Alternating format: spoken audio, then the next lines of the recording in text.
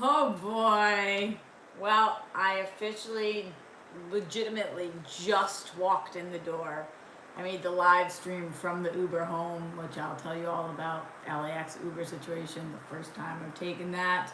And we have, I was not going to go live tonight because I legitimately just walked in, but I was like, we have too much to talk about. We have too much to talk about from this weekend. And even if you're not a Schmoedown fan, don't worry, I'll break everything down for you. But just too much shit went down. And then Pete Buttigieg just dropped out of the race, and I was like, it's a sign.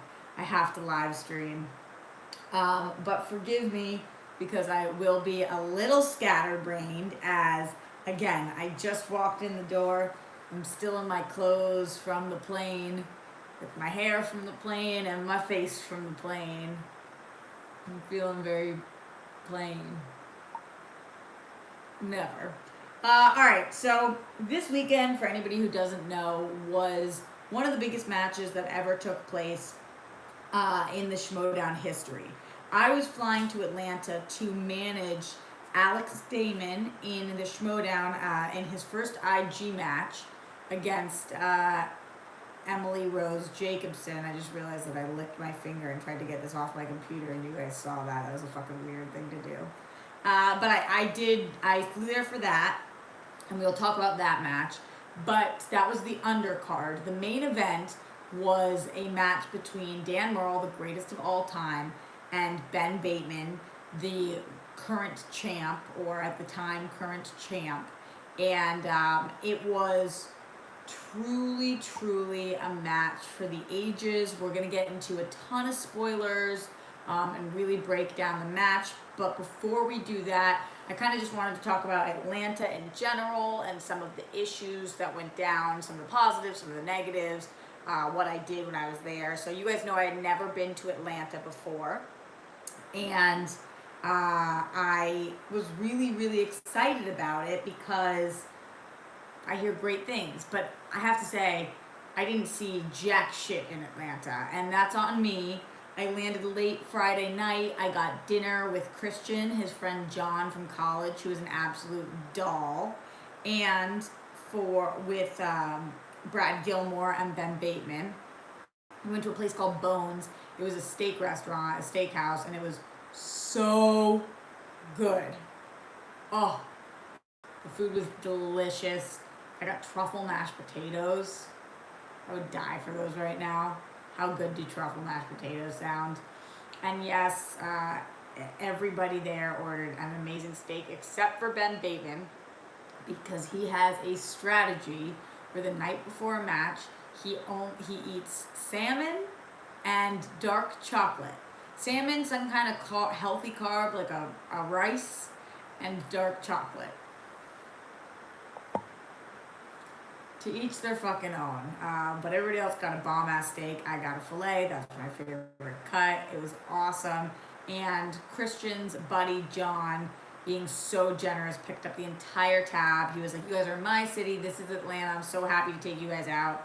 And it was a very expensive restaurant, so that was really fucking nice of him. And it was just excellent. I highly recommend Bones if you are in the Atlanta area. So that was the first night. So I didn't see much of Atlanta. I did go, it was like very close to where we were staying, so I did just go from the hotel to there and back. And then on Saturday, a lot of people were going to the Coca-Cola Museum. By a lot, I mean like 3 people. And some people were going to the aquarium. But we had to leave for the event at 3 o'clock. And it was 3 hours earlier for us. I wanted to sleep in a little bit. I slept in until like 10, which is 7-hour time, but it was still great. Then I went to the gym. And so, by the time I was done with all that, I had to go to the match. For anybody who hasn't seen, I wore these amazing gold pants that I was stoked on all month. I bought them like a month ago and was waiting for this event to rock the gold pants. They felt like perfect rock star pants. Even Tom Dagnino, Bobby Gucci Finstock complimented me, so you know that they're rocking. When I walked in, he goes, "You look great." And I was like, "Is that the last compliment you're going to give me tonight, Tom?" He was like, "Probably." Which is freaking awesome. So it was really cool. Everybody was we all took this one van over to the venue together, which was kind of awkward. The only person who was not in the van was Alex Damon because he lives in Atlanta. But it was a little awkward because, you know, Dan and Ben are riding in the same van to the same event. They're going in the same. They didn't make it awkward, but just like they're about to compete against each other, and the whole faction's in there: Roca and Tom and Emily and me, and then a lot of the people working on the behind the scenes as well. And you could just tell, like, people were nervous, tensions were high. This was a huge match, and people were really feeling that. And I think that we could just, in the air, it felt like the biggest match there's ever been. I don't know whether that's because Skybound is involved now, and so things are becoming even more legitimate, or the stakes seem higher, or if it's because the game, we're in season 7 finally, and people are taking this like it's a serious job, like they are studying their butts off, and this is what they're doing morning, noon, and night. The managers and the draft and the relationship between Tom and I and the rivalry there seemed really huge too. The undercard being Alex Damon's first IG match, when we've seen what he did in Star Wars, was pretty massive. And Emily having improved so much between her first match and her second match, and all the hype around how she was going to be, especially as part of the exchange. So there just was so much buzz around this match.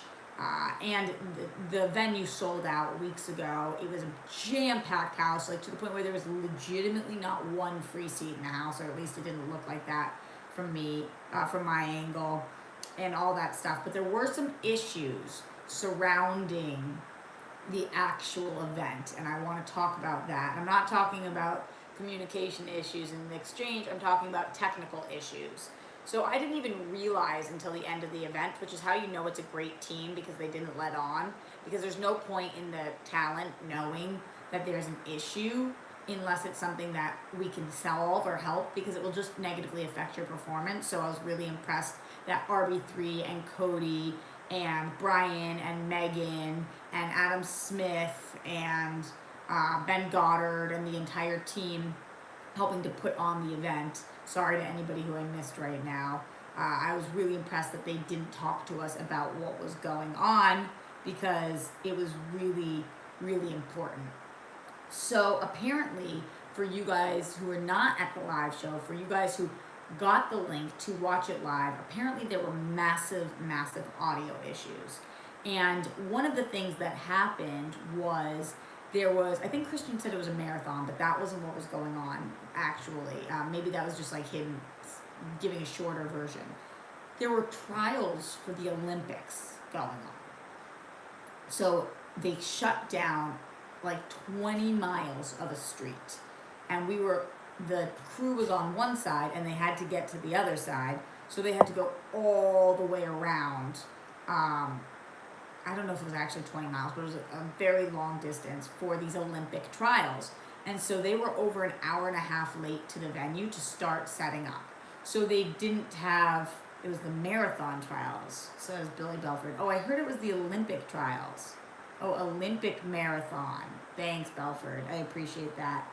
By the way, quick shout out while we're here to my amazing moderators, Billy Belford, Paul the Newsio, Matthew Gold, all the people that are joining live right now. I really appreciate you being here. Everybody who did show up for Schmoedown in Atlanta, thank you guys so much.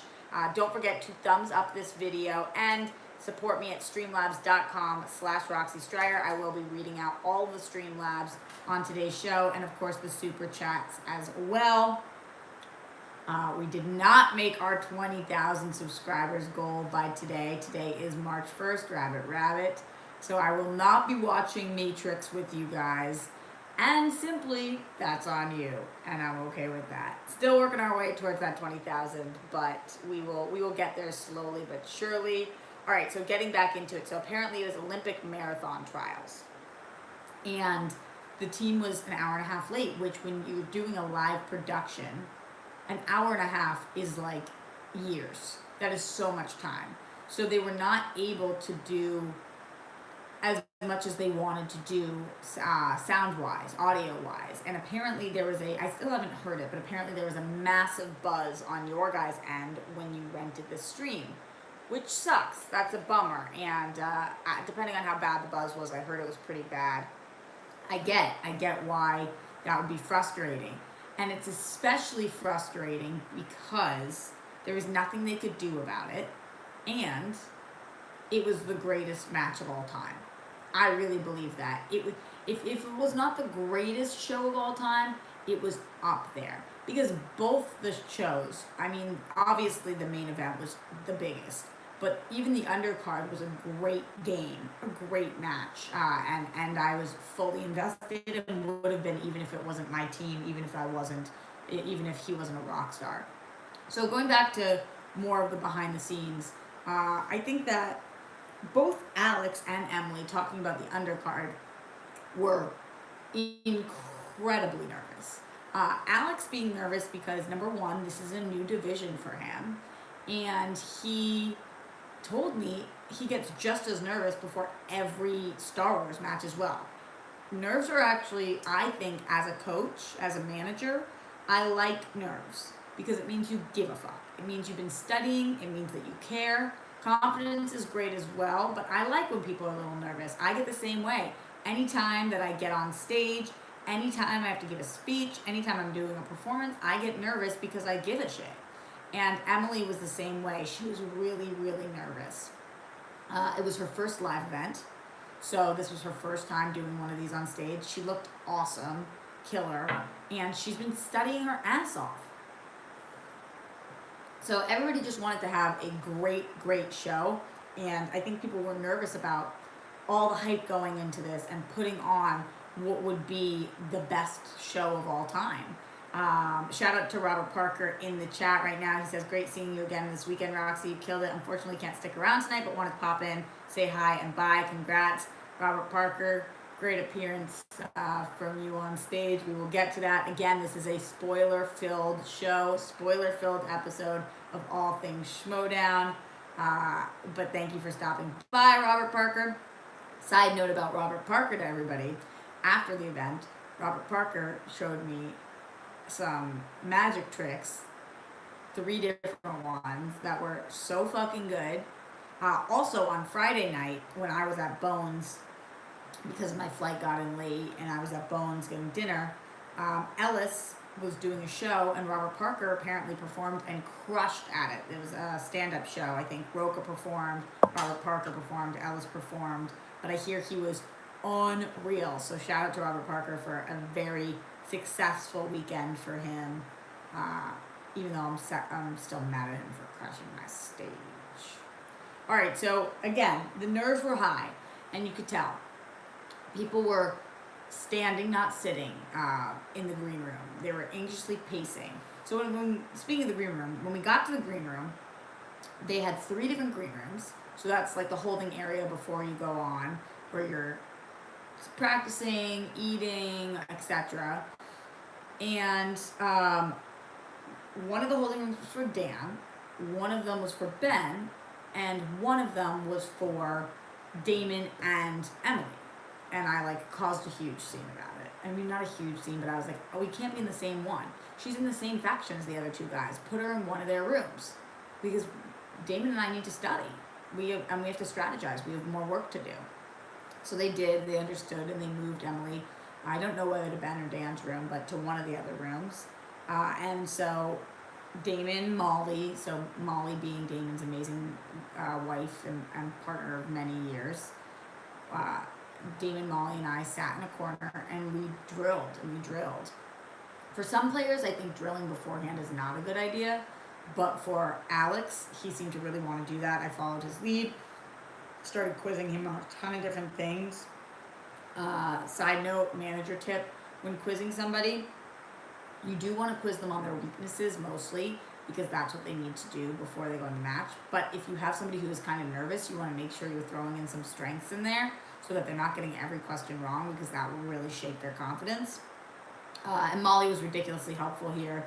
She watches all of the movies with Alex and takes notes about the smallest things, like the headline on a newspaper or whatever. So she was quizzing him about in-movie stuff, and I was quizzing him about out-of-movie stuff, like character names, titles, composers, years, directors, like all the things that he's usually pretty good at, but just really going in depth on a lot of those because there's so many different movies in IG. And it was great. It was great.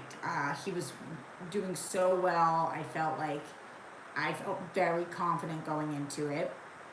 And then we got on stage, we did our thing. Side note on this one.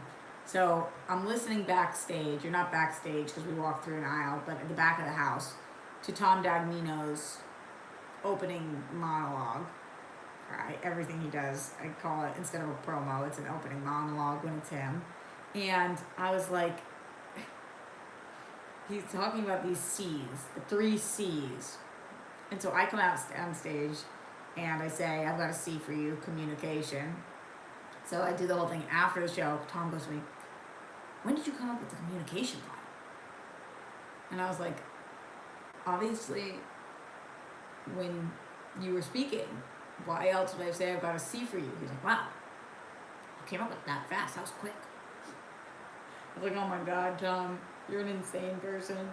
But so what the very first thing that happens is we get on stage, we do our promos, and then question 1, Emily gets it right, and Damon gets it wrong. And you have to be a manager who stays calm, and it's just one question. But a lot of times that first question can set the tone of the entire match. And it felt like my heart was going to fall into my ass. Like I just was, and I was like just so focused because just so you guys know, this wasn't a nerve-wracking moment for me in general. I only ever have done live events with my guys, the Odd Couple. I've done a bajillion shows with Snyder and Draco at this point, and I'm not used to doing things with other people, now having a whole faction of my own.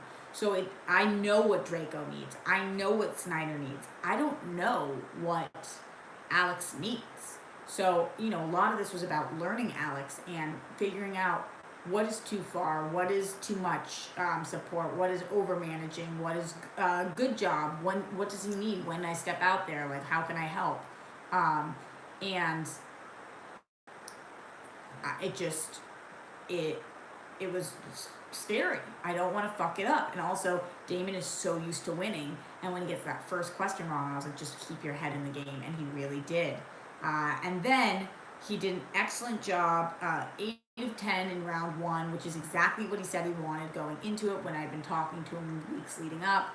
He said that would be a really thing to aim for. And then when we get to round 2, we spin, and I didn't know whether we should spin again or not, but it ultimately didn't matter because we spun again, we get opponent's choice, and they give us exactly what we spun off of. So it was like not spinning in general.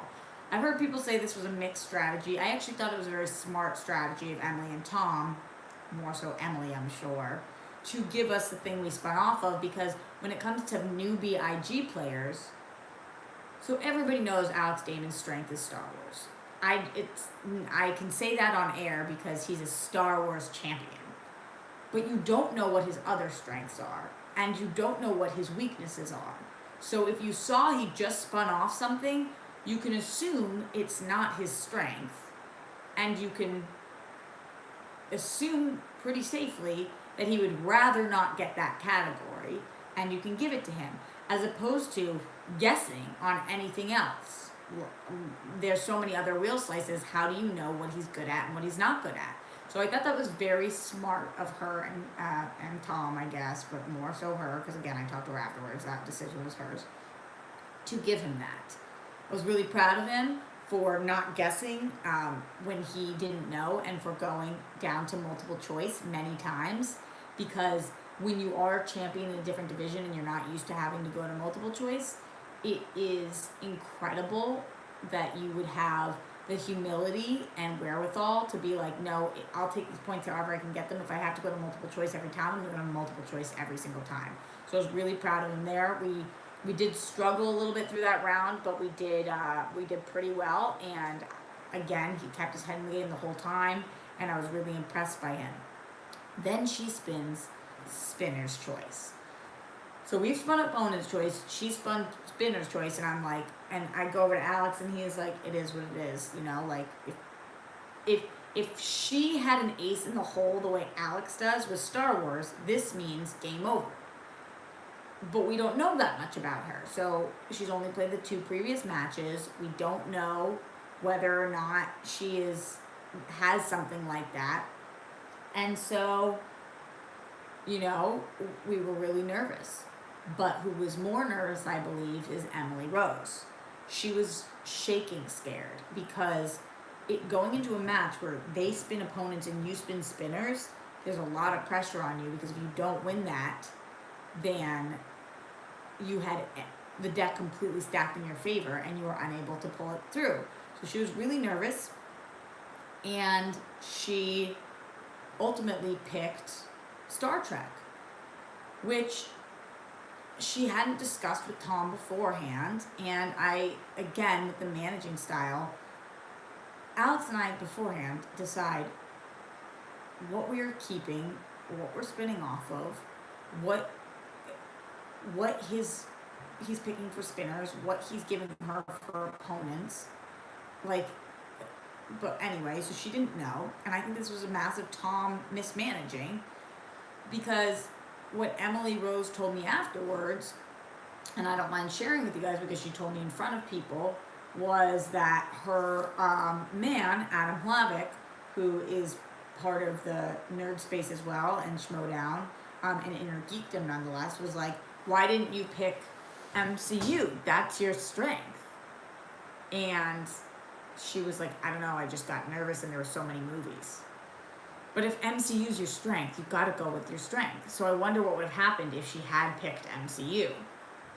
But she didn't. And she struggled through Star Trek. I think some things that she clearly knew the answer to, she couldn't pull in those moments, like no-win situation, which most of us know because it's the entire movie. And not just movie, TV show, just like there's been so many no-win situation references in life too. And yeah, I think the nerves just got the best of her, which I understand. She's under the lights. It's a live show.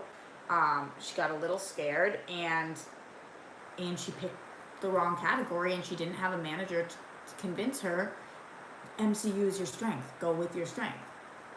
So, yeah, that happened, and ultimately, she picked numbers that, as Damon said on stage, were all great numbers for him, were not great numbers for her, and sometimes that happens where you just can't pull the questions, and she couldn't send it back to Damon, so we got 4 points for the match. It was a knockout, and I will say though, the score did not ultimately, or the knockout aspect, TKO, did not ultimately reflect the gameplay, because she gave Damon a run for his money. And I said this to Damon, and Damon said this afterwards as well. If we want to play with the best now, if we want to compete with the Kevin Smets and the Mike Kalinowskis of the world, he's got some studying to do. And he's been doing it, and he's retaining the information and playing so well. But, you know, the people that are in this division right now are not missing questions for entire games. And so, yeah, he's going to need to really, really focus. And I think he knows that. I think he's excited about that. And I think he really wants to give IG a serious, serious run. And this was just the first taste of feeling like what victory in another league could feel like. And I think that he doesn't like getting questions wrong, and he's ready to really take on Inner Geekdom. And I'm excited to see what his next match is. I have no idea what it's going to be. We did see Robert Parker come out at the end and crash our match. It's funny because, again, behind the scenes, like, he's supposed to be this heel, but like he's just such a good sweet guy, and he came out and he kind of broke because apparently like somebody somebody threw a joke of his from the night before at him, and he started laughing, and he couldn't like help it. But it was like great to watch because he's still awesome. But I was like, Kaiser, you got to work with your kid on his promos, because if he's gonna come onto my stage and interrupt me, it better be gangster. So Robert Parker, that's my little tip for you. And yeah, I think that he has some slated matches, I believe. So I don't think that he'll be the one that we're playing next, but honestly, I don't know. I'm not sure at this point who Damon will be going up against. I'm just excited to see him do his thing, and excited to see the Rockstars get on the board with 4 points at this point in the season. I'm stoked on that. He really pulled through for us big time, and I'm grateful and super impressed by him, and just love working with Alex Damon. I don't have enough good things to say about him. I can't say enough good things about him and Molly. They're so great, so sweet. Just really like them. And yeah, it was awesome. It was really, truly awesome. So then comes time for the main event. And I will get to the main event, but I do want to stop for a second just to give some shout outs in here. Shout out to NFL Caleb 22 in the super chat. Jamie Gore says Finstock versus Roxy, great rivalry so far. Thank you. That was the other added pleasure of last night, was beating Tom Dagnino, who needs to get beat so bad, that dickhead. Because he was going into this day with automatic points. It's like, oh, he's such a little fuck. Chelsea McIntyre, thank you for the super chat. Chelsea says, Roxy, you proved last night why you are the superior manager. Congrats on the win. Go Rockstars. Yeah, baby. Appreciate that. Going over to Streamlabs, streamlabs.com/Roxy Striar. Don't forget to show me support over there. Appreciate it. Let's see, from the last time, let's see, Weston Ira, okay, what was the last, okay, Weston Ira said, Miss Cleo, Miss Roxy voice, she was the psychic one, right? Okay, so Miss Roxy, my version of that. After a hard-fought win for the Rockstars, and recruiting Emily to show her what an actual non-crappy manager can do for her, I have a question. In The Matrix 4, do you think de-aging will be used? Weston, I don't know, I've never seen a Matrix, but maybe. I don't understand what's happening in that world. Thanks, Weston Ira, though. You rock. Appreciate your support. Also coming from Weston Ira, and your winner, Roxy Canary, is like the baby Yoda of the Schmoedown. Also, where were the Spidey kid's parents while he was hopping barriers? Big congrats on putting Boostock in his place.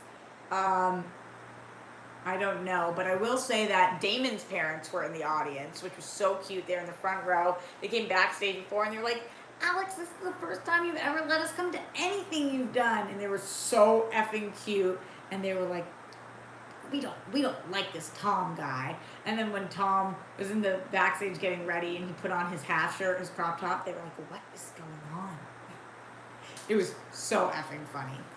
Brandon Buck in the Streamlabs, streamlabs.com/Roxy Striar. Roxy, you are straight queen and deserve the best. How soon do you think we get Bateman/Merle rematch? I don't know, and I will talk about why I don't know when I get into the Bateman-Merle rematch, Bateman-Merle match. I will explain to you my theory, my thought process on it, Brandon Buck, so stay tuned for that. Thanks for asking the question. Donnie A says, I recently started watching Schmoedown, and I'm already obsessed. Last night's matches were awesome. Go Rockstars. Thanks, Donnie A. Yeah, it was electric in there. I'm so glad you're watching. It's the best. Glenn Caesar, hey Roxy, happy Sunday. Yes, the Atlanta Schmoedown was incredible. Both matches were great, and the championship match was epic. No spoilers from me, unless you decide to do spoilers for yourself. But congratulations to both winners. Love you, Roxy. Hashtag Rockstars Band. Yes, so I do spoilers because I asked Christian about it, and he said I could do spoilers. Now we're allowed to do spoilers as long as we don't post it in the Schmoedown group. So Yeah, and it's a live show, so like a sports game. You have to be able to talk about it. Lloyd Nance says, Roxy, oh boy, happy Sunday, rockstar for life. Thank you, friend. Lloyd Nance. Morse Code Z, no voice necessary, says, fantastic showing in Atlanta. Congrats to you both. Can't wait for your next backstage appearance. I wonder when that will be. I saw that there was some comments between Ben and Roca about backstage. I don't know where that was. Christian posted it, though, about how they're co-hosts, and I don't know whether there's controversy or what was going on, but apparently a whole thing. Nikki in the Streamlabs, streamlabs.com/Roxy Striar. Roxy, it was super amazing to meet you yesterday. I've never been so excited to run into someone in a bathroom. Haha. I was super impressed with Alex and can't wait to see what's in store for him in IG this season. Nikki recommended that I see a show called Six, I believe it was, about one of the King's 6 wives that I'm excited to try to find and check out. So thank you, Nikki. I was excited to run into you as well, and that dope headband. Matthew Gold in the Streamlabs, streamlabs.com/Roxy Striar. Did you wear those pants just for me? Hashtag Rockstars. I get it, Matthew. Gold. I love gold. I would wear gold, all gold, every day for the rest of my life if I could. I love gold. Jake Yacovetta in the Streamlabs, streamlabs.com/Roxy Striar. Still in Atlanta, might get up with Dagnino a little later. Anything you want me to ask him? LOL. Oh my God, Jake. I didn't get to see you enough this weekend, but I did get to see you a little bit. I'm glad that I saw you again last night. Yeah, ask him why he's such a shitty manager. Love rocks. Ask him to tell you what, and I won't say this on air, but ask him to tell you what Emily said to him when they were making the decision on which slice she should pick. And then figure out what kind of a manager he is. Ridiculous. Frickin' redonkulous. Jamie Gore in the super chat. Merle versus Damon IG, possibly? Interesting. It's like we don't know how Merle's doing with that right now. That would be an interesting thing. We'll see. We'll see if that's what Christian decides to do. Possibly. Also, 180 plus people watching live right now and 97 thumbs up, so get those thumbs going. Don't forget to subscribe. We're trying to get to 20,000 subscribers, even though that means we won't be doing the Matrix watch along. So hit that thumbs up, that subscribe, and streamlabs.com/Roxy Striar. But now it's time for the main event. Is that a good voice? Not really. Okay. So, for the main event, I missed the walkouts because I was still walking backstage, offstage. There was a whole issue with, like, there was no backstage at this show. Usually there is. There wasn't. We had to do a whole jigamaroo. But whatever, it worked out. I'm just looking at Jared Haben just messaged me as he is a rock star and we're figuring out exciting match stuff for him. So yay, I'll get back to him on that. I really like him a lot. Okay, so anyway, we were trying to figure out, I couldn't watch the entrances, which I was bummed about because they had worked so hard on selecting the music for Bateman. It was like a whole fucking thing. Christian wanted this one song. Ben preferred a different song. Christian was like, this one's more WWE. Trust me, it's better. Ben was like, this other one gets me more hyped up. They edited the first, they did all these tricks and stuff and made it all into this first song that was like supposed to be a banger. And then there was audio issues, so it didn't even, apparently you could barely hear it. So I was bummed that I missed it at first, but then apparently it didn't even really work. So then what happened was they did a match. They did their match. Going round 1, Ben getting 6 of 8 and Merle getting 9. I was highly concerned, especially with the amount of. We feel like round 1 has been easier this season, and I never see Ben go 6 for 8 anymore. 7 for 8 sometimes, usually 8 for 8. So going into round 2 at 3 points behind was like, oof. And honestly, you know, all things aside, Dan and I have worked together. I mean, Schmoedown, kayfabe aside, Dan and I have worked together at Screen Junkies for over 5 years, and he's a very good friend of mine, and I really, really like him. And he is the greatest of all time. That is solidified. That is cemented. He doesn't need to prove himself anymore. He will always be. He is the greatest there ever was. And I also really love Mara, and I love spending time with her at these events, and I would like to spend more time with her outside. We're making plans for like coffee or something like that. But I love Dan. He's a friend of mine. He deserves every victory he ever gets. In this match, you guys know, Ben is my person, and I love him with my whole heart, and we dated for years and years, and he's my best friend, and he's everything to me. So obviously, I think the fans were pretty surprised, but obviously I'm rooting for Ben because he's my person, and so I can't help it. He's not my faction, and John Roca accused me of helping him study, which I did not do and would not do because that would actively hurt my faction.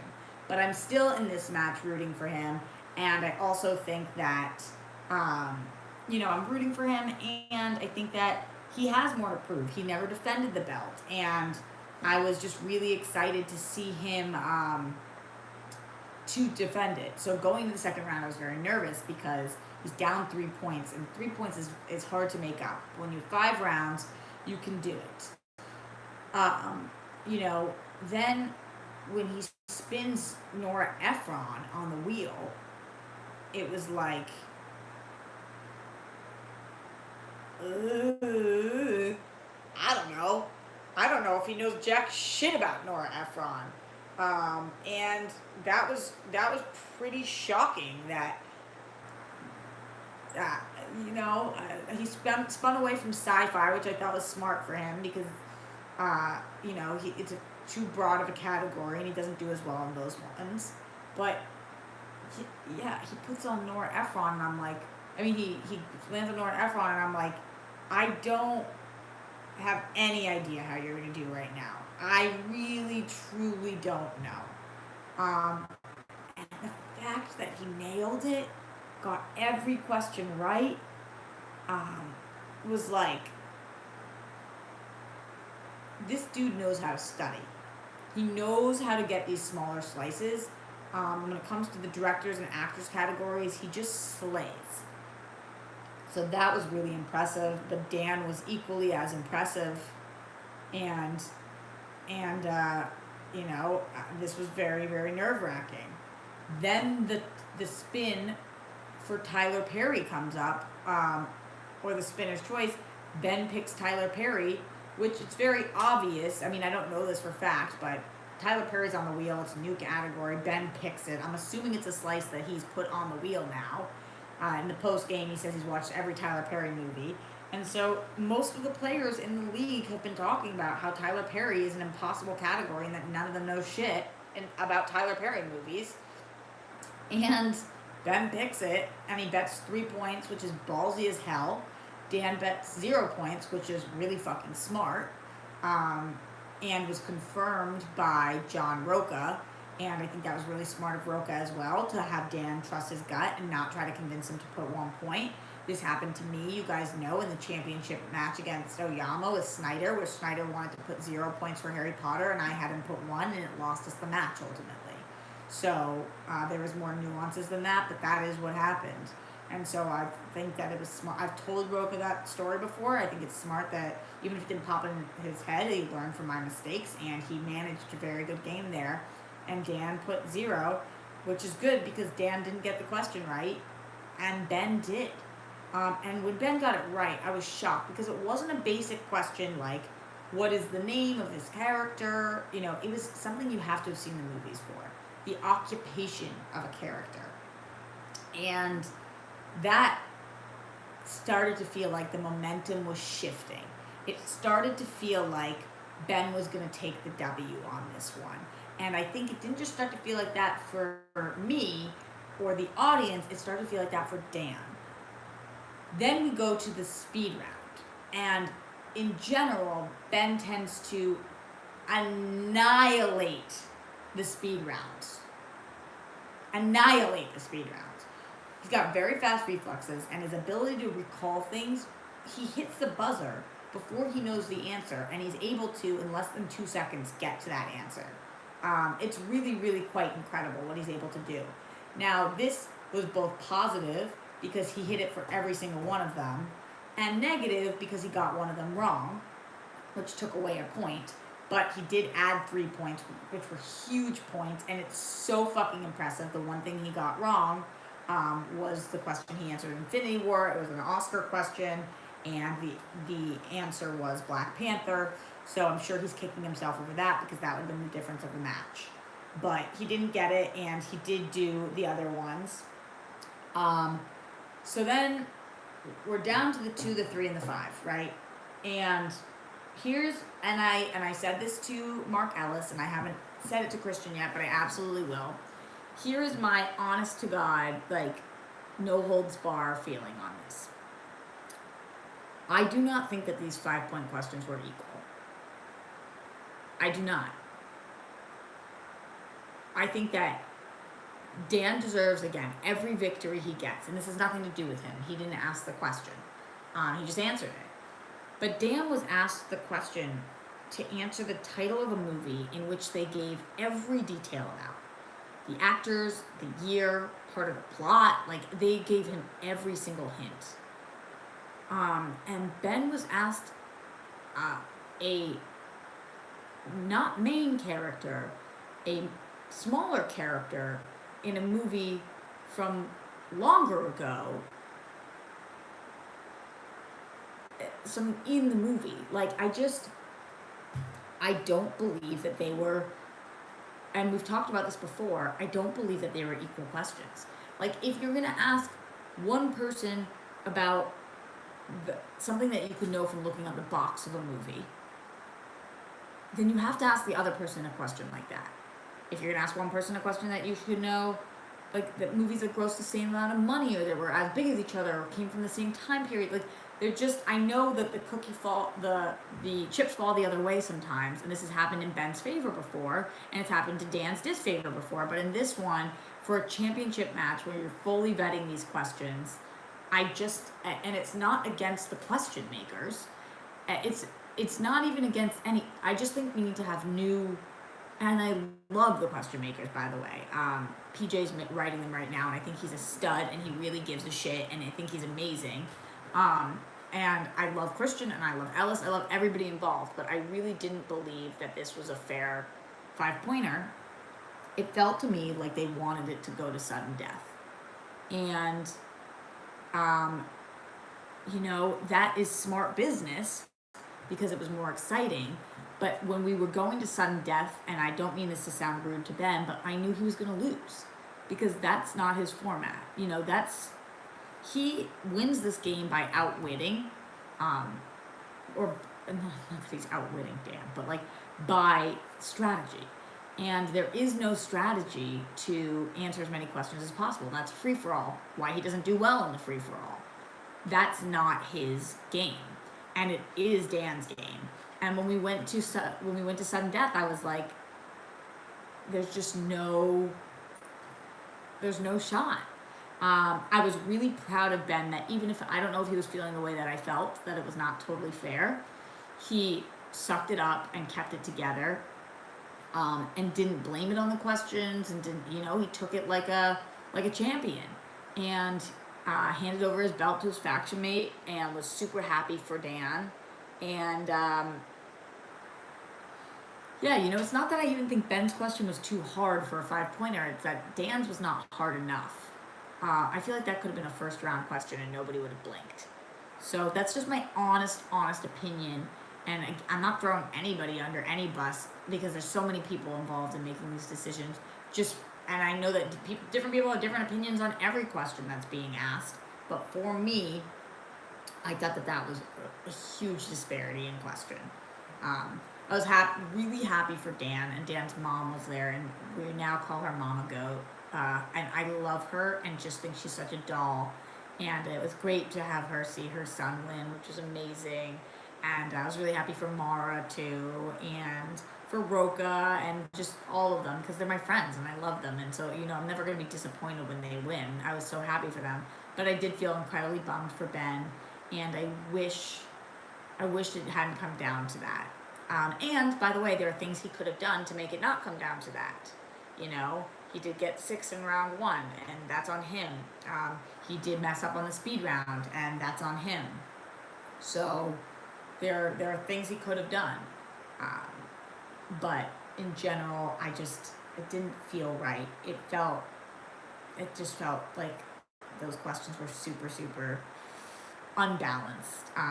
But congratulations to Dan Merle. He did deserve this victory, absolutely. And again, every victory he ever gets is the greatest of all time.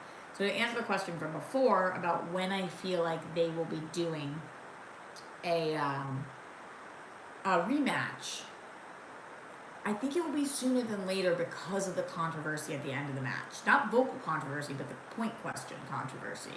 Because Ben didn't make a scene and he didn't flip out, but everybody, I felt like most people in the audience felt similar to how I felt. Like that was kind of ridiculous. So, I think that really, it's gonna be soon. Like maybe he gets a number 1 contender shot immediately. I don't know against who. And then they go and they rematch. And we'll see how it works.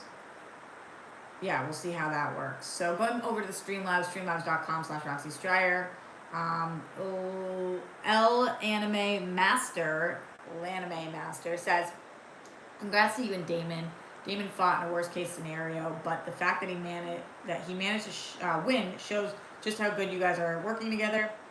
Way to show the coattail rider Tom, who's the best. Go Rockstars. Thank you, I appreciate that.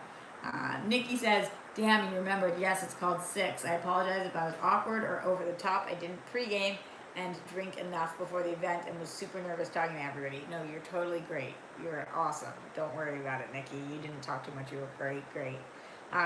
Garth McMurray says, I'm sick in the hospital in Boston, and the Schmoedown Live event helped cheer me up, especially a Rockstar win. Speaking of Robert Parker, his sister Maggie and brother-in-law Tim are also amazing in the fan leagues. I'd love to see one of them drafted by you. Oh my god, that would be incredible. Also, I'm so sorry you're in the hospital. What's going on, Garth?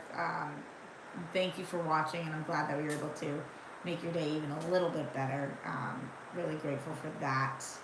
So, yeah, everybody send love to Garth right now. Also, streamlabs.com/Roxy Striar. Don't forget to show support over there. Thumbs up this video. 200 people watching live right now, 120 thumbs up. So let's get those thumbs going. After the match, things were okay. Again, I think that I was really respected the way that both players respect each other and handle the situation. Dan came up to Ben and said, when it's me and you, I feel like it's a coin flip. Half the time I could win, half the time you could win. I feel the same way about the two of them right now. They both really are truly great. I was just happy to get points from Damon too, and that he had such a great showing, especially on opponents and spinners.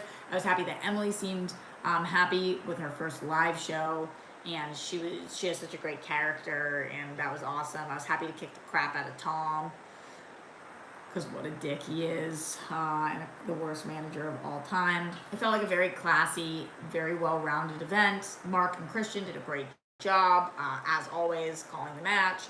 There was no challenges, so that was unique for the Schmoedown. Pretty exciting that there was that. And yeah, then afterwards we went out. That was really fun. Christian didn't come because he had to wake up early this morning, even though I tried to get him to come out.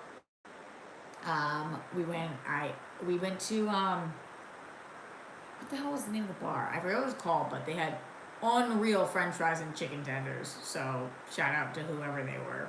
Excellent ones. But I'll be like 100% honest with you guys about something right now that I haven't shared yet.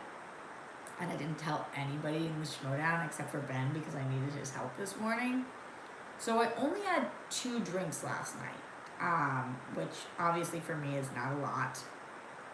And I had chicken tenders and fries and felt like pretty sober. Anybody who saw me, I was pretty sober.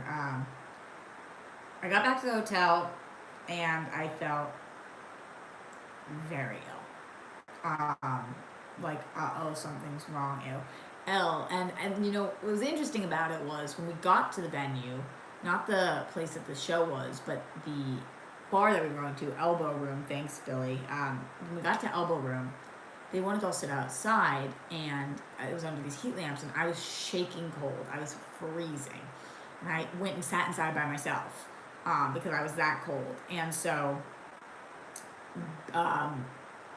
Brad Gilmore came and sat with me because he was like, I'm not letting you sit in here alone. And it was actually amazing talking to him. I had learned more about his life and Booker's life, and it was just, he's an awesome guy. He's like one of my favorite human beings. That was really, really nice. But I sat inside, and then, you know, I had one drink and one shot, and ate my chicken and my fries, went home, got that really cold feeling again, and then come 3 a.m, just got up and started like profusely vomiting for hours. And I was like, what is this? Like, it didn't feel like food poisoning. It didn't feel like booze. And I was like, what the fuck? And then I knew that there's like a stomach bug going around. But then I started like psyching myself out. And I was like, oh my God, I'm going to end up stuck in Atlanta by myself. Like, how the fuck am I going to get on this plane? So I called Ben, and I was like, I like need your help packing and stuff. I like can't move. And so he came, and he like, because I didn't want to tell anybody else from Schmoedown because I thought they were going to think I had like fucking coronavirus or something. They weren't going to want to go on the bus with me, which I don't have. But like, I don't know, people were being like so crazy about it. And like, also I didn't want them to think, I don't know, I just like got weird about it. So Ben came in, like packed and whatever, and I was so weak, and we got on the bus, and I just like pretended that I was fine. And we got to the airport, and I was like super sick feeling, and yeah, Ben like took me to what the fuck's it called? Because he's like American status, so that holding place that's better. And we like vegged out, and then I got on the plane. I felt super super sick the whole time. Was sick the whole time, but not puking anymore, just like dizzy and stuff. And then I got back here, and I'm feeling a little better. But like, I still don't know what the fuck it was. Maybe from traveling and just like eating differently and a little bit of booze, and I don't know, stomach thing. I really don't know, but that was not fucking fun or a fun way to end it, and I've just been like shivering cold since. So you guys are the first to know, but I decided to live stream anyway because work it out, power through, whatever the fuck it is. Okay, so that was it for the Schmoedown. Let me know your thoughts. Streamlabs.com/Roxy Striar, here in the super chat, etc. Are you happy with the results? Did you feel similarly to me? Rockstars forever. Obviously, everybody in here is stoked that Damon won. How could you not be? But how did you feel about the other match? And I did want to spend just the last couple minutes. I know that we're mostly focusing on Schmoedown, but right before, when we got off the plane, somebody, like a random person, was like, oh my God, Pete Buttigieg just dropped out of the race. And I was shocked. Just because he's far behind, but not that far behind. And I think that he's doing it because he wants to be able to support the Dems. But, you know, I do talk politics on the show, and I have talked to you guys about whoever the Democratic candidate is, I will be voting for them. But I really liked Pete, and that was I was going to be voting for Elizabeth Warren, and still will be if she's still around come primary time in California. But I was not expecting that, and he's who my family was voting for. I just thought that was crazy. I know I'm throwing this into the end of the stream, and it's so random right now, but I just thought that was wild. Zadia says, wait, what? Pete dropped out? What? I know, it just felt random. He was doing well, and just... Yeah, Doom Tribe says it helps Biden, hurts Bernie. Yeah, I agree with that, but I don't want to help Biden. I want to help Pete. I wish Biden dropped out to help Pete, or Elizabeth was getting support from this. Tavares is Bernie 2020. You know, I will vote for him if that's what it takes, but he's not my favorite candidate, and I think favorite candidate to smoke a doobie with. Yes. But I don't agree with all of his policies, and we'll see what ends up happening. Susie Easton in the house, by the way. Shout out to you, my OG supporter. I have not been watching Love is Blind, but I keep hearing that I need to. Myra says I like Mayor Pete. I was going to vote for him. Yeah, I think a lot of people are. So I just wanted to quickly touch upon that because it's important. And we can talk about it more tomorrow. But thank you guys for being here. Go check out Action Industries. I know that they're going to be live streaming soon, so we can do a raid in there. Let me just pull up the link. Get the rock stars all raiding into the Action guys. I think that they're actually live right now, hopefully. So let me put this in. Everybody hashtag Roxy Raid so that we can show some love and support. Yeah, I think they're starting very, very soon. So everybody go in there, hashtag Roxy Raid, or Rockstars Raid. Yeah, hashtag Rockstars Raid. That's better. Rockstars Raid. Thank you guys so much for supporting us in Atlanta. Thank you for supporting me here. Subscribe if you have not already. Thumbs up this video. 170 people watching live right now. So let's get those thumbs going. And any last minute shout outs in the Streamlabs. Stone Fanboy says, congrats on the win, Roxy. Go Rockstars. Wishing you luck on your future matches. Hoping you got frozen in carbonite in Star Wars. I love your cute pose, but I think this pose from the new Star Wars comic would be cool. And he put a link, but I can't see it. So I'm gonna copy and paste. Let's get this shit done. No, it won't let me see it. Sorry, it didn't work. But thank you, Stone Fanboy. I appreciate you, and I appreciate all of you guys for being here. Again, go do a Roxy raid, and I will see you guys next time, which is not going to be tomorrow because I have a shoot. That's especially why I wanted to stream today. So it will be on Tuesday. I'm getting my hair done tomorrow, and I have a shoot for the stuffed arena thing that I'm working on that I'm so excited about. So we should be dropping some stuff soon for that. Yay! All right. Oops, I put it in there. Oops. I put in the wrong thing. I meant to put the action link in there, but I put it in their thing. And then I just said, oops. Oh, God. Get your shit together. Hashtag Rockstars Raid. All right. Love you guys. Bye.